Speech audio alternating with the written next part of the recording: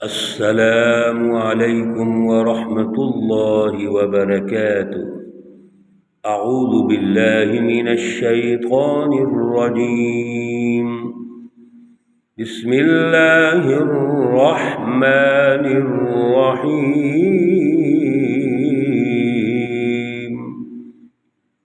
واستفزز من استطعت منهم بصوتك وأجلب عليهم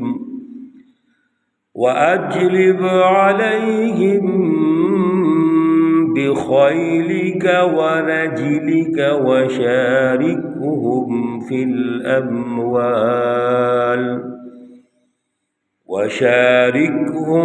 الأموال والأولاد وعدهم وما يعدهم الشيطان إلا غرورا۔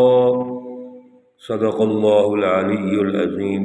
اللهم صل على سيدنا ومولانا محمد النبي الأمي وعلى آله وأصحابه وبارك وسلم وصل عليه۔ معزز بھائیوں اور بہنوں، آج جو آیات مقدسہ ہم پڑھ رہے ہیں، آیت مقدسہ نمبر 64 اور 65 ہے، سورہ بنی اسرائیل ہے، پارہ نمبر 15 ہے۔ اللہ رب العزت ان کا شعور، ان کا فہم، ان کا اعلیٰ نظریہ ہمیں عطا فرمائیں۔ گزشتہ درس میں اللہ رب العزت نے جو ہمیں رہنمائی ارشاد فرمائی تھی وہ یہ ہے کہ انسان کا جو دشمن ہے وہ شیطان ہے۔ سوال یہ پیدا ہوتا ہے کہ شیطان تو نظر نہیں آتا، تو پھر شیطان کیسے دشمنی کر سکتا ہے؟ اللہ رب العزت نے رہنمائی ارشاد فرمائی کہ یاد رکھو، شیطان اپنے حواریوں کے ذریعے سے ایک سسٹم تشکیل دینا چاہتا ہے جو ظلم کا سسٹم ہے، جو شرک، کفر اور نفاق پر مبنی ہے۔ جس طرح اللہ رب العزت بھی ہمیں نظر تو نہیں آتے، لیکن اللہ رب العزت نے اس پوری کائنات کا جو نظام چلایا ہے اور اس کائنات کی ترقی میں اللہ نے انسان کو مرکز بنا دیا، اس کا دلہا بنا دیا۔ چنانچہ اللہ رب العزت اس انسان کے ذریعے سے اس کا سسٹم چلا رہے ہیں، ایک بہترین انسانی معاشرہ تشکیل دے رہے ہیں۔ انبیاء علیہم السلام کی سیرت ہے، حضرت آدم علیہ السلام سے لے کر حضور نبی اکرم صلی اللہ علیہ وسلم تک تقریباً 1,24,000 اللہ کے جو نبی آئے ہیں، یہ معاشروں کی تشکیل کے لیے آئے ہیں۔ یہ اپنے اپنے ادوار میں اس وقت کے طاغوتی سامراجی ظالم نظاموں کو شکست دینے کے لیے آئے ہیں۔ ہم مستقل ماشاءاللہ یہ پڑھ رہے ہیں، حضور نبی اکرم صلی اللہ علیہ وسلم کی جو زندگی مبارک ہے، اسوہ حسنہ ہے، وہ آج تک اور قیامت تک کے لیے وہی مرکز ہے۔ آپ صلی اللہ علیہ وسلم نے قومی سطح پر ابو جہل کے ظلم کے نظام کو شکست دی، باقاعدہ جہاد کیا ہے، تلوار اٹھائی ہے، جنگیں کی ہیں، غزوات میں فرنٹ لائن پر آپ شریک ہوئے ہیں۔ غزوہ اس جنگ کو کہتے ہیں جس میں رسول اللہ صلی اللہ علیہ وسلم خود کمانڈر ان چیف ہوں، وہ آپ اس لشکر کے امیر ہیں، سپہ سالار ہیں، اور فرنٹ لائن پہ لڑ رہے ہیں، بلکہ ساری جنگ ہی آپ کی مشاورت اور زیر سرپرستی ہو رہی ہے، اسی کو تو غزوہ کہتے ہیں۔ میرے عزیزو، یہ غزوات کیوں لڑ رہے ہیں نبی علیہ السلام؟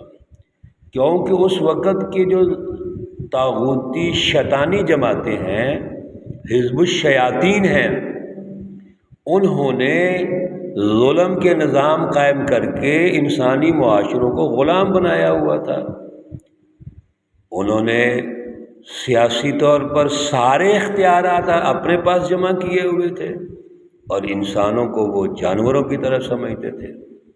معاشی وسائل پر قبضہ کر کے انسانوں کے حقوق سلب کیے ہوئے تھے، ان میں غربت پیدا کی، مہنگائی پیدا کی، فرقہ واریت پیدا کی، انتشار پیدا کیا، فساد پیدا کیا۔ یہ فساد فی الارض کی مستقل اصطلاح ہے قرآن پاک کی۔ مستقل بنیادوں پر اللہ رب العزت نے اس اصطلاح کا مختلف جگہوں پہ ذکر فرمایا، فساد فی الارض۔ پھر انہوں نے شرک، کفر اور نفاق پیدا کیا اور ظلم پیدا کر کے انسانوں کو تقسیم کر دیا۔ ڈیوائیڈ اینڈ رول کی پالیسی انہوں نے غالب کر دی۔ اس لیے اللہ نے اپنے پیارے نبیوں کو بھیجا۔ آج بھی اسوہ رسول اللہ یہی ہے۔ یہ اسوہ رسول اللہ صلی اللہ علیہ وسلم نے جو اپنا کردار ادا کیا وہ جماعت سازی کا تھا۔ آپ نے ایک جماعت تشکیل دی جس کو جماعت صحابہ کہتے ہیں، اور قرآن پاک نے اس جماعت کو سچی جماعت کہا ہے، معیار حق کہا ہے۔ کسی دور میں بھی اگر آپ نے کوئی سیاسی، معاشی، معاشرتی مینجمنٹ کرنی ہے تو رسول اللہ صلی اللہ علیہ وسلم کی سچی جماعت یہ ہر دور میں رہنما ہے۔ چنانچہ آپ نے جماعت تیار کی، اس جماعت نے مقابلہ کیا ہے ابو جہل کا، اسی جماعت نے مقابلہ کیا ہے کیسر و کسریٰ کا، اور قومی اور بین الاقوامی سطح پر عدل کا سیاسی اور معاشی نظام غالب کر دیا ہے۔ تو یہ شیطانی جماعتیں ہر دور میں رہیں گی، یہ ختم نہیں ہونی، لیکن اللہ نے ہمیں انسانیت کو جو تربیت دی، رہنمائی دی، وہ یہ ہے کہ ہم سچی جماعتوں کی تلاش کریں، سچی جماعتوں کا ساتھ دیں، ہم حزب اللہ کا ساتھ دیں۔ یہاں بھی آپ نے پچھلے درس میں بھی سنا، اللہ رب العزت نے ارشاد فرما دیا کہ جو حزب الشیاطین ہیں، جو لوگ شیطان کے پیچھے چلیں گے، ظلم کے نظام غالب کریں گے، ظلم کی حمایت کریں گے، جھوٹ کی حمایت کریں گے، ان کو جہنم میں ڈال دیا جائے گا۔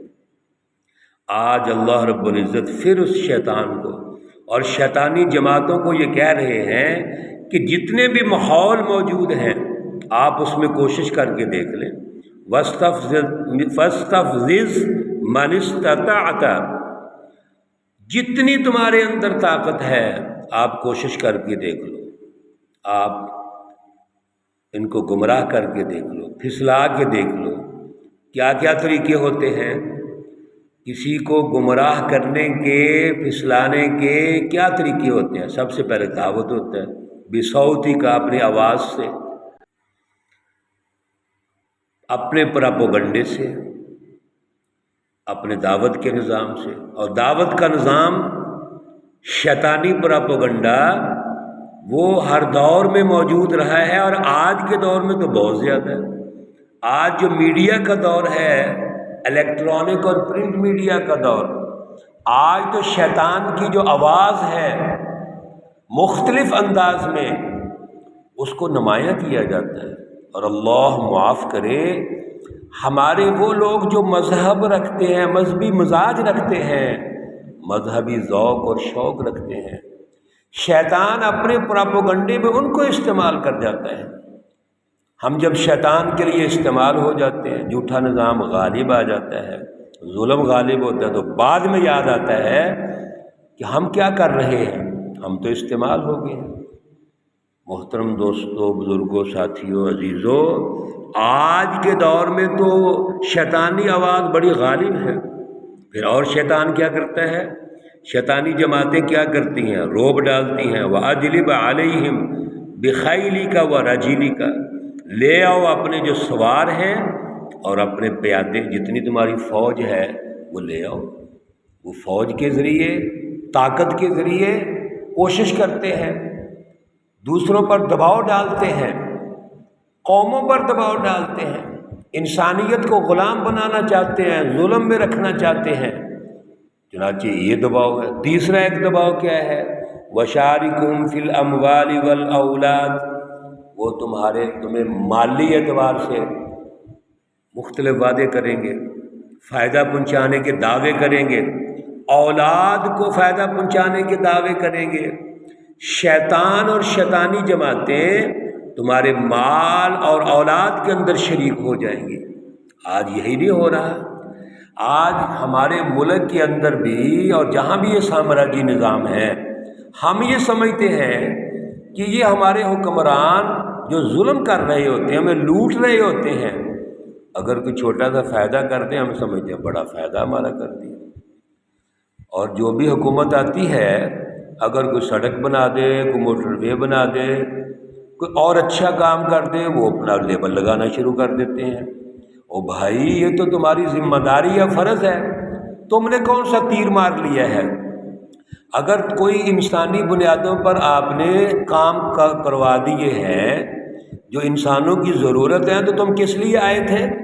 تم تنخواہ کس چیز کی لیتے ہو؟ عوام کے ٹیکسوں کی تم تنخواہ لے رہے ہو۔ اگر تم وزیر اعظم ہو، وزیر اعلیٰ ہو، جتنی بھی کابینہ ہے، یہ تنخواہیں کہاں سے لیتی ہے؟ یہ عوام اور ملک کے ٹیکس سے لیتی ہے۔ تو اگر وہ کوئی کام کروا رہے ہیں تو وہ تو ان کی ذمہ داری ہے۔ وہاں تختیاں لگانے کا کیا مطلب ہے؟ وہاں ان کو عنوان بنانے کا کیا مطلب ہے؟ اور عوام آگے جہالت میں ہے، ان کے نعرے لگاتی ہے۔ ان کی تو ذمہ داری ہے، بلکہ ہم نے ان کے گریبان کو پکڑنا ہے کہ تم کیوں یہ کام نہیں کر رہے۔ یہ شیطانی جماعتیں ایسے کرتی ہیں، لیکن اللہ رب العزت نے بڑے خوبصورت انداز میں نقشہ کشی کی ہے۔ وَعِدُهُمْ، وہ ان سے وعدے کرے گا، یہ مختلف پراپوگنڈے کے ذریعے پریشر ڈال کے وعدے کرے گا، لیکن وَمَا يَعِدُهُمُ الشَّيْطَانُ إِلَّا غُرُورًا، شیطان کے جتنے وعدے ہیں، شیطانی جماعتوں کے جتنے وعدے ہیں، وہ دھوکہ ہے، وہ فراڈ ہے، محض وعدہ ہے، محض عنوان اور لیبل ہوتا ہے۔ ہم نے دیکھ نہیں لیا، 75 سال ہو گئے پاکستان کو بنے ہوئے، جتنی سیاسی جماعتیں آئیں صرف اپنے پریشر گروپ بنائے، ذاتی انفرادی مفادات اٹھائے، اپنے خاندان کو فائدہ دیا، اپنے بچوں کو فائدہ دیا، ملک کو لوٹا، اور ہم جناب بڑے مطمئن ہوتے ہیں۔ اللہ رب العزت کتنی سچی باتیں کر رہے ہیں، سنو، سمجھو، یہ دھوکے باز ہیں، یہ فراڈیے ہیں، یہ محض لیبل لگا کے ہمیں استعمال کرنا چاہتے ہیں۔ ہاں، بڑی خوبصورت بات کی اللہ نے، ان عبادی لیس لک علیہم سلطان، بے شک جو میرے بندے ہیں، سچی جماعت ہے، حزب اللہ ہے، جو اعلیٰ شعور اور عقل رکھتے ہیں، جو انسانیت کا ذوق رکھتے ہیں، انسانیت کا بھرم رکھتے ہیں، پیار اور محبت کرتے ہیں، لیس لک علیہم سلطان، ان پر یہ حزب الشیطان غالب نہیں آ سکتی۔ شیطانی وسوسے، شیطانی خیالات، شیطانی پراپوگنڈا جتنا بھی ہے، یہ اللہ کے بندوں پہ غالب نہیں آتا۔ کیوں؟ وَكَفَى بِرَبِّكَ وَكِيلًا، یہ جتنے لوگ ہیں اللہ کے بندے ہیں، ان کے لیے اللہ کافی ہے، ان کا سرپرست اللہ ہے، ان کا نگران اللہ ہے۔ میرے عزیزو، دور حاضر میں بھی سمجھو اللہ کے اس پیغام کو، اللہ کی رہنمائی کو۔ شیطان اور شیطانی جماعتوں سے بچو۔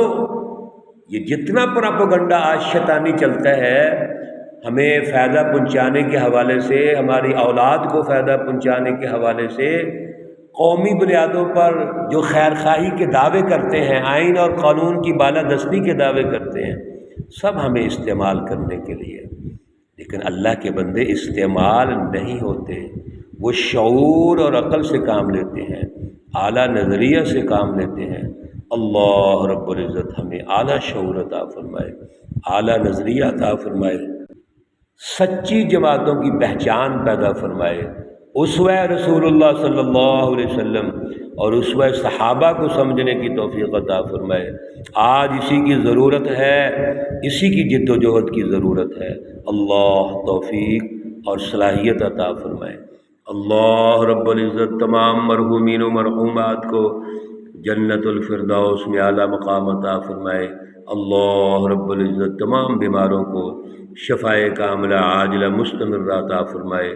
ربنا تقبل منا انك انت السميع العليم وتب علينا انك انت التواب الرحيم، وصلى الله تعالى على النبي الأمي محمد وعلى آله وأصحابه أجمعين برحمتك يا أرحم الراحمين۔ السلام عليكم ورحمة الله وبركاته۔